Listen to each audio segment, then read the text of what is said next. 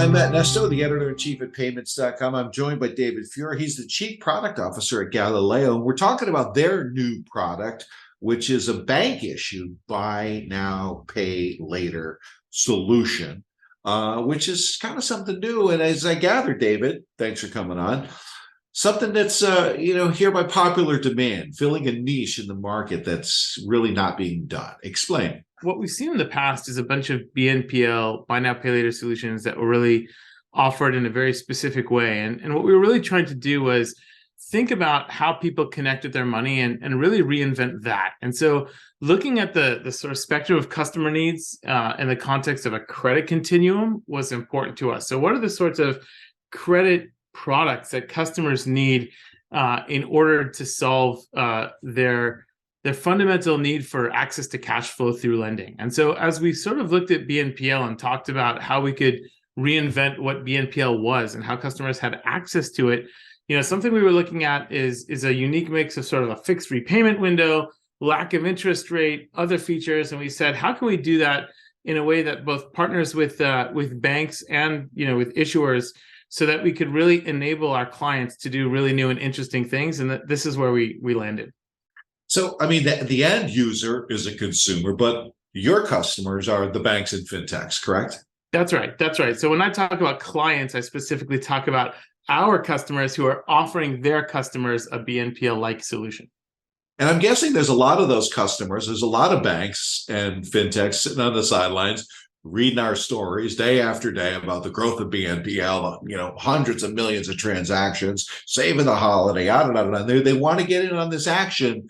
But it's always nervous to come late to a party, so to speak. Yeah, I think we took a different approach and a considered approach because, to your point, there's a number of solutions out in the market that offer this sort of thing. So we really tried to take a different approach that said, what if a bank could use the history of the customer with that bank in order to make different credit decisions associated with products like a BNPL type product? And what if we could offer a single-use virtual card? So rather than being an impulse purchase when you're going through an e-commerce checkout flow, it was an offer from the bank for a single-use credit card type product.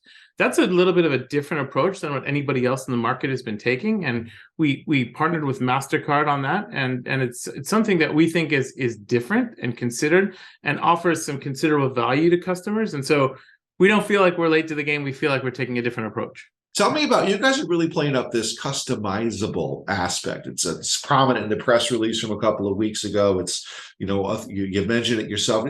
You drill down on that a little bit, the customizable aspects that, really make this bank issued product different. The sort of classic BNPL loan is 4 payments with the first payment up front and sort of very specific terms in between payments, and a very, very wide credit box. And what we're really trying to do is say, we're not in the business of BNPL. We're in the business of creating unsecured term loans for consumers. How can we best empower banks and neobanks and fintechs to offer those loans? And so as we look at what the payment terms are, what the repayment schedule is, how many payments, what down payment is required, what the credit box looks like, we've really created an environment where all of that's customizable. And so it's not sort of a one-size-fits-all approach, but rather it's a more general approach that's initiated by the fintech or the neobank that's offering the loan, and they have whatever parameters necessary in order to build a customer experience that best meets their needs in the market. What are you seeing in terms of, I know it's new and it's early, but I'm sure you beta tested this, but what are the implications in the aftermarket when it's actually deployed with a bank per se and an existing customer relationship? Are you finding like people that never did it before, that always use the debit or the credit card or whatever, are saying, oh, this works out nice? Yeah, absolutely. What we're seeing is that when the banks make the offer, customers are able to sort of take a step back, separate from a specific purchase or a purchase flow that they're in, and say, do I want to perhaps take this loan as opposed to another more expensive loan, for instance, from a credit card? And so even though this is a credit product, it's separate and different from a credit card and has different implications around interest, for instance. So we see customers in our customer research and our customer interviews taking a completely different approach as they consider this sort of loan. And I think those kinds of decisions and that considered approach is really empowering and enabling customers to be more proactive about the decisions they make around lending and around cash flow. So when we talk about reinventing the way customers connect with their money, this is what we're talking about. Can we sort of empower customers to take a different approach and make different decisions around credit and around access to cash flow through lending, as opposed to sort of spend, and then at the end of the month, they can't pay their credit card bill. And so they're stuck with a very high interest loan that they may or may not have considered when they made those purchases. We're always interested in the details and the money movement, if you will. And so you have three distinct parties. You have the bank, you have the retailer, and you have the consumer. And so talk to me just about that process, because if it's not convenient at the point of sale, it's probably not going to happen. So what's being done to sort of make it easy for consumers to take a look at this and to use it and to like it and to use it again? Sure. So I think a lot of this comes down to plain old marketing and how it's being offered. And so when you think about what the offer is, what's happening is that these fintechs and neobanks turn to their customers and say, here's an offer for this amount. Would you like it? It's for a single-use credit card that the customer can get and use as an unsecured term loan. And so the customer has to decide that they want it. They're then issued a single-use card that can then be provisioned into their Apple Wallet or Google Wallet or you name it. And then they can use that in order to make a single payment. When they make that payment, it's automatically, it basically, that's the one use of that card that they have, and it's automatically converted into a loan to which they then can make subsequent payments. And depending on what the offer is, either it takes the first payment right away, or it bills them at a certain interval, whatever sort of customization is employed by that client. I think the important part there is that, from a convenience factor, it's provisioned pretty quickly and pretty easily and instantly available. So there's no delay. There's no, let's say, card embossing or shipping of a plastic product. It's all digital, and so it's all immediate. But the offer comes from the fintech or the bank. The offer doesn't come as a part of the checkout flow on a website. And so it's a more considered approach. The customer has to say, okay, this is what I'm thinking of buying, what I'm thinking of using it for, etc. So I think that flow is slightly different than the classic products you see in the market. But at the end of the day, they have a term loan with a one-time use credit card that they can use to make whatever purchase they want.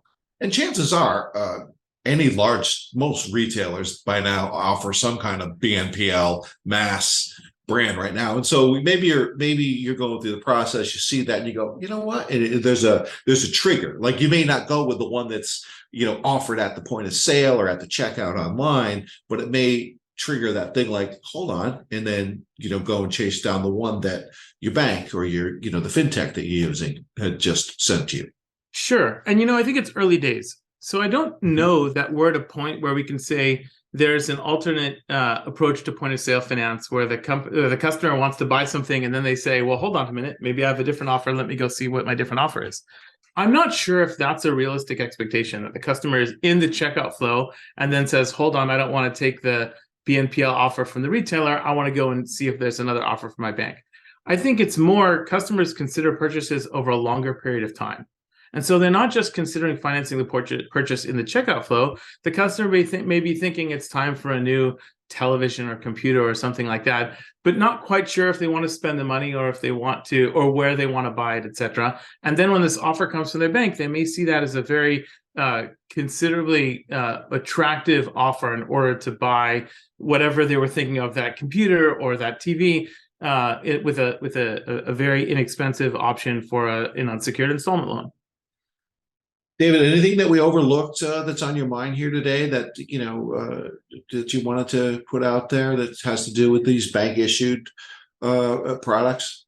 I think the thing that gets me very excited about this product, or at least a couple things that get me excited about it, is first of all, being able to sort of move away from the impulse purchase into a more considered perspective, and that being an offer that empowers customers and users, as opposed to the opposite, that sort of preys on their